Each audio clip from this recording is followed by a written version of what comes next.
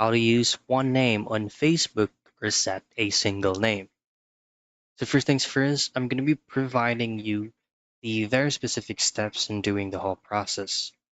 Log in into your Facebook account and then head over into settings and privacy, and then just simply access Meta Accounts Center. Now just simply choose on See More in Account Center.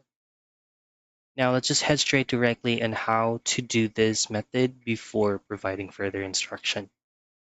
Now in here, just head directly into the profile or the account that you'd like the name to be changed.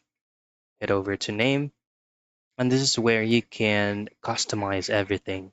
But take note, before going into this whole process, what you want to do first is to use a VPN to connect to a server in a country like Indonesia so that you can actually change your name into a single name. You simply change only the first name, erase the middle name, and erase the last name after changing your VPN into Indonesia, and then just simply click on Review Change. And that is how you use one name on Facebook or set a single name.